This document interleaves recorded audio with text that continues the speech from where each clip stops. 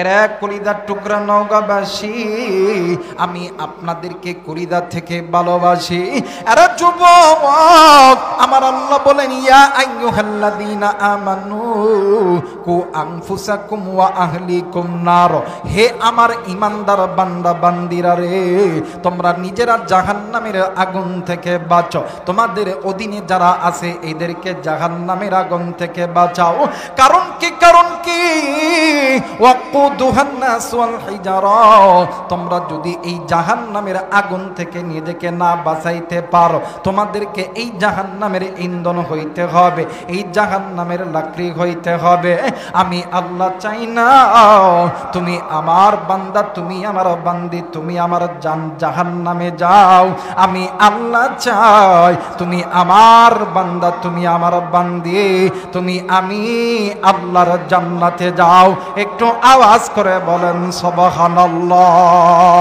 বাদান্নে আমার আল্লাহর বান্দা বাইজিদ বুস্তামি রাহমাতুল্লাহ আলাইহির জামানার ভিতর কিছু মানুষ একদিন হুজুরের দরবারে যাই, মানে হুজুরের দরবারে চলে গেছে। হুজুর ডাক দিয়ে কই ভাইয়া তোমরা আমার দরবারে এই অসময়ে কেন আইছে বলো না?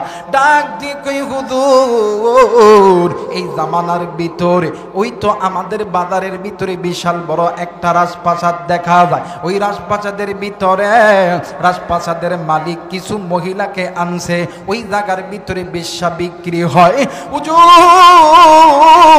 ওই বেশ্যাখানার ভিতরে এমন একজন সুন্দর নারী, হরিণের মতন ডাগর ডাগর চোখ, খাড়া সারি উটের মতন যাত্রা চোখ, যেই যুবতীর কারণে অত্র এলাকার কোন যুবক নামাজ আদায় করে না, অত্র এলাকার কোন যুবক গুনার ভিতরে ঢুকে গেছে। ওগো হুজুর আপনার কাছে বলতেছি, আপনি এমন কিছু করেন যেই কাজটা করার কারণে আমার এলাকার মানুষগুলো ওই গুনাহ থেকে, জিনা থেকে বেঁচে যায়। আমার এলাকার মানুষগুলি যাতে 5 ওয়াক্ত নামাজি হইয়া যায়, আমার এলাকার বোনগুলি যাতে পর্দা নিশি হয়ে যায়।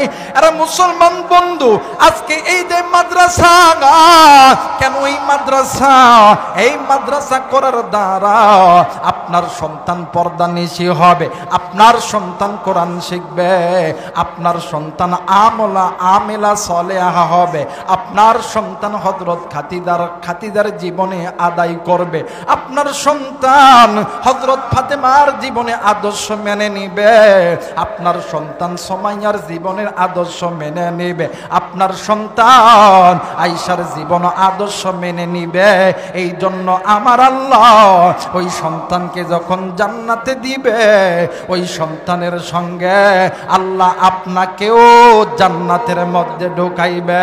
একটু আওয়াজ করে বলেন সুবহানাল্লাহ, আরেকবার বলেন সুবহানাল্লাহ।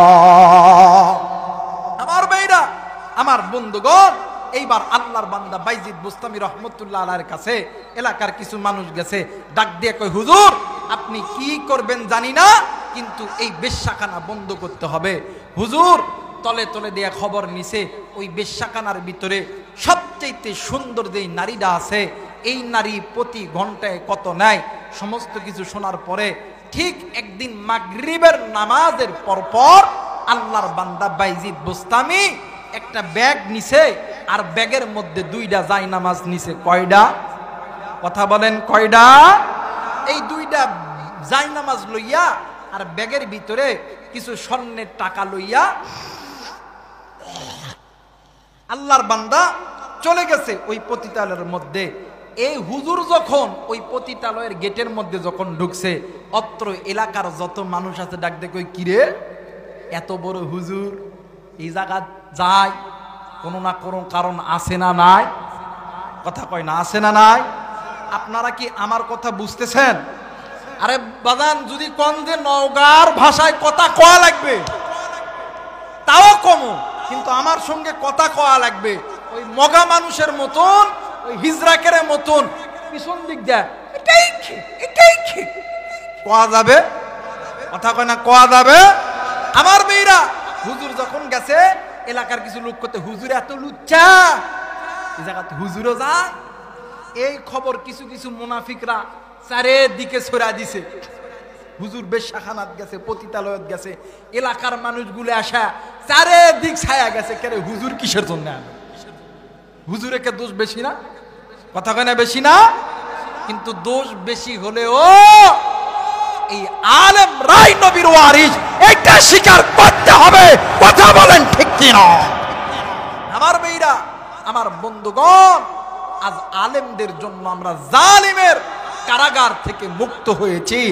আলেমের জন্য আল্লাহর পক্ষ থেকে রহমত এসেছে। কথা বলেন ঠিক কিনা? আমার ভাইরা, আমার বন্ধুগণ, হুজুর যাইয়া সর্বপ্রথম ম্যানেজারকে ডাক দেয়, এই জায়গার ম্যানেজারকে। একজন ডাক দেয়, কয় আমি।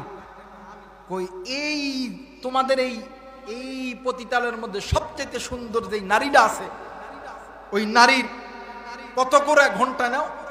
কই 1000 টাকা ঘন্টা। কই আজকে এই মাগরিব থেকে ফজরের নামাজের পর পর্যন্ত কত ঘন্টা হয়? কই 6 ঘন্টা। কই আমি তোমাকে 12 ঘন্টায় 24,000 টাকা দিব। এই মহিলা অন্য কোথাও যাবে? ডাক দিয়ে কই কোথায়? আমাকে নিয়ে চলো। আমার বেইটা, আমার বন্ধুগণ, এইবারে মহিলার কক্ষে যখন গেছে, মহিলা হুজুরকে দেখা ডাক দিয়ে কয়, আল্লাহ, এত বড় হুজুর, এরাও এই জায়গায় আসে? আমার মেয়েরা, এই মহিলা হুজুরকে দেখা, যেহেতু ওদের পেশায় ওইটা, হুজুরকে দেখা গায়ের জামা যখন খুলতে লাগছে, হুজুর চোখ মুজা ডাক দেখা, এই মহিলা থামো। ডাক দিয়ে কয়, কেন? আপনি তো এই কাজটা করার জন্য এই জায়গায় আইছেন, তাহলে দেরি করে লাভ কি? দেরি করলে প্রত্যেক ঘন্টায় আপনার 2000 টাকা লস যাবে। ওই টাকা লস গেলে আমার যাবে। আমি তোমাকে কিনছি, আমি যা করব তোমার তাই করতে হবে। কই বলেন কি করতে হবে?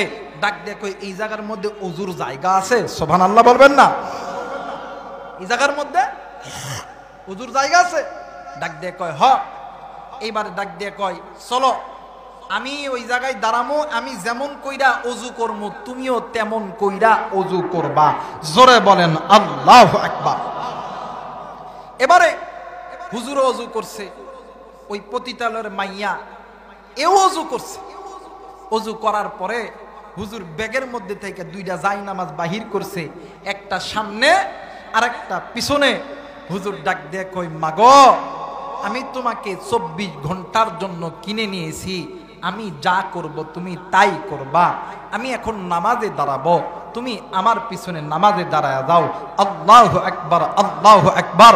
হুজুর নামাজে দাঁড়ানোর পরে হুজুর যখন রুকু দিছে, রুকু থেকে উঠছে, আবার যখন সেজদায় গেছে, সেজদায় যায়া বলতেছিলেন, আল্লাহ, ও মালিক, আমার যতটুকু করার ছিল আমি করছি, বাকিটা করার দায়িত্ব হইল আপনি আল্লাহর। জোরে বলেন আল্লাহু আকবার। মুসলমান ভাইরা, আমার বন্ধুগণ, এই জন্য বলতে চাই, বাজান রে, আল্লাহকে ভয় করতে হবে। আজ এই বান্দা বান্দি আল্লাহকে ভয় করবে, ওই বান্দা বান্দি কিন্তু কোনোদিন গুনাহ করতে পারবে না। এর এক কলিদার টুকরা নওগাঁবাসী, আমি আপনাদেরকে কলিদা থেকে ভালোবাসি। এরা যুবক, আমার আল্লাহ বলেন, ইয়া আইয়ুহাল্লাযীনা আমানু কু আনফুসাকুম ওয়া আহলিকুম নার। হে আমার ঈমানদার বান্দা বান্দিরা রে, তোমরা নিজেরা জাহান্নামের আগুন থেকে বাঁচো, তোমাদের অধীনে যারা আছে এদেরকে জাহান্নামের আগুন থেকে বাঁচাও। কারণ কি? কারণ কি? ওয়াকুদুহান নাস ওয়াল হিজারা। তোমরা যদি এই জাহান্নামের আগুন থেকে নিজেকে না বাঁচাইতে পারো, তোমাদেরকে এই জাহান্নামের ইন্ধন হইতে হবে, এই জাহান্নামের লাকড়ি হইতে হবে। আমি আল্লাহ চাই না তুমি আমার বান্দা, তুমি আমার বান্দি, তুমি আমার জাহান্নামে যাও।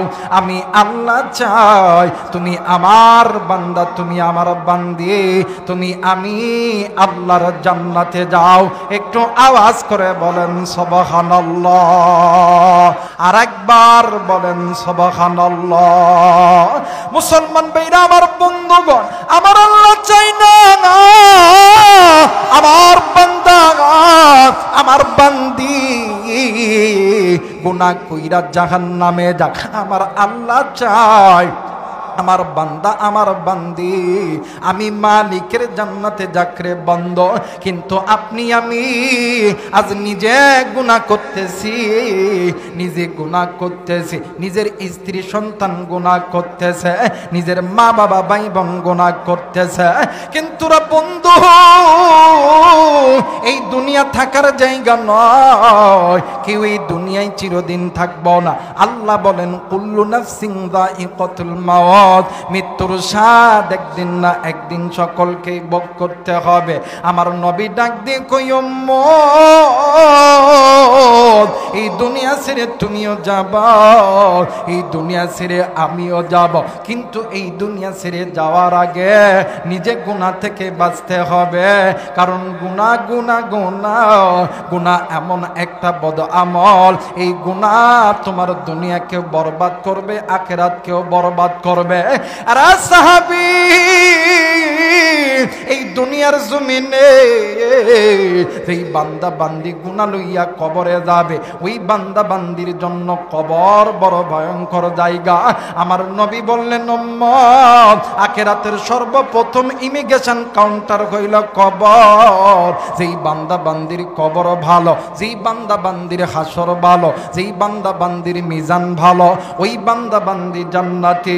যেই বান্দা বান্দির কবর ভালো নয়, যেই বান্দা বান্দির মিজান ভালো নয়, যেই বান্দা বান্দির ফুলসিরাত ভালো নয়, ওই বান্দা বান্দি জাহান্নামী। আরে কলিজার টুকরা যুবক,